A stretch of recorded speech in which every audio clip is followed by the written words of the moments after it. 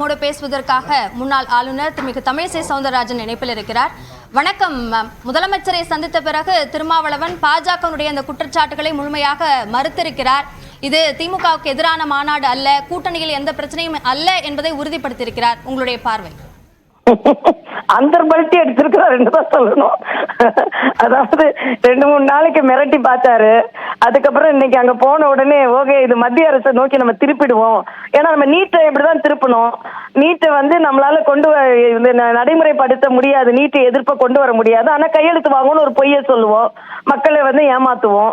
அதே மாதிரி இப்ப தேசிய கல்விக் கொள்கைன்னு ஒண்ணு கொண்டு வந்தாங்க, அதை நம்ம கடைபிடிக்க மாட்டோம். இப்ப தேசியத்திற்கு படிப்பதற்கு ஒரு கொள்கை கொண்டு வந்தால் நீங்கள் ஏற்றுக்கொள்ள மாட்டீர்கள், தேசியத்தில் குடிப்பதற்கு என்று ஒரு கொள்கை கொண்டு வந்தால் எடுத்து ஏற்றுக்கொள்வீர்களா?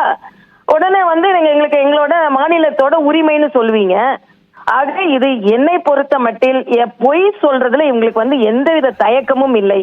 அதே மாதிரிதான் நீட்டை நாங்க விளக்குவோம்னு பொய் சொன்னாங்க. அதே மாதிரி இன்னைக்கு மதுவை விளக்குவோம் இன்னொரு பொய்யை நம்ம சொல்லிட்டு போறோம். ஏன்னா 3 படி கொடுக்குறேன் 1 படி கொடுக்குறேன்னு சொல்லி ஆட்சிக்கு அந்த காலத்திலயும் வந்தவர்கள் தானே இவர்கள். ஆக இன்னைக்கு சொல்றேன், திருமாவளவன் அவர்கள் கூட்டணியில் தனக்கு அங்கீகாரத்தை அதிகரிப்பதற்கும் இல்லைன்னா இடையில எதுக்கு ஒரு வீடியோவை போட்டு உடனே அதை நீங்க அட்மின் போட்டா நிறுத்துறதுக்கு, ஏன்னா எனக்கு ஆட்சியில பங்கு வேணும் என்பதை மறைமுகமாக சொல்கிறார். ஆக நீங்க நாங்க மாநாடு நடத்துறோம், அந்த மாநாட்டுல நீங்க பங்கெடுத்துக் கொள்ளுங்க, அதே நேரத்துல ஆட்சியில எங்களுக்கு பங்கு கொடுங்க. இல்லைன்னா நாங்க அதிமுக மாதிரி ஒரு கூட்டணியில ஒரு கட்சி கூட நாங்க நட்புறவு வைத்துக் கொள்வோம். இது அப்பட்டமான ஒரு மிரட்டல், ஒரு நாடகம். அப்படிதான் நான் இதை எடுத்துக்கொள்ள வேண்டாம். இப்படி மத்திய கொள்கையை கொடுக்கிறோம் அப்படின்னு நீங்க கேட்பதன் மூலமாக நீங்கள் உங்களது மாநாட்டை நீர்த்து போக வைக்கிறீர்கள்.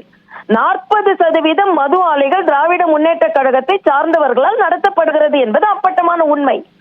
அப்படி என்றால் நீங்கள் உங்கள் கூட்டணி கட்சியை சார்ந்தவர்களை மது ஆலைகளை மூடுங்கள் என்று சொல்லுங்கள், கடைகளை மூடுங்கள் என்று சொல்லுங்கள். எதையும் செய்யாம ஆனா நான் மதுவிலக்கு மாநாடு நடத்துவேன், அதுல ஆளும் கட்சியும் கலந்து கொள்வது என்றால் என்ன மக்களை எவ்வளவுதான் நீங்கள் ஏமாற்றுவீர்கள்?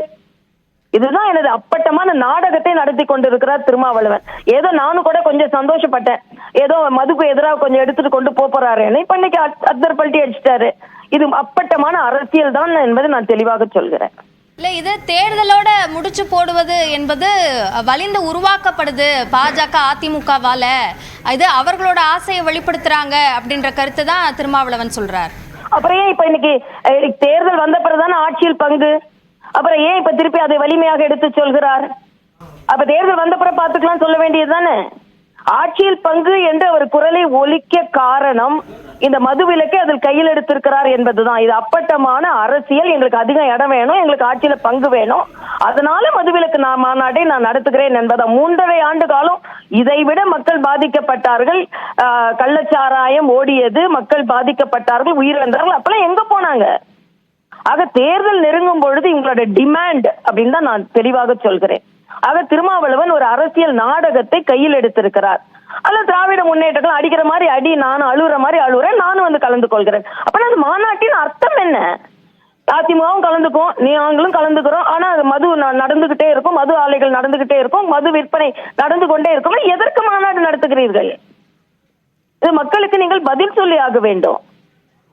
இணைப்பில் கருத்துக்களை பகிர்ந்து கொண்டமைக்கு நன்றி திருமிகு தமிழிசை சவுந்தரராஜன்.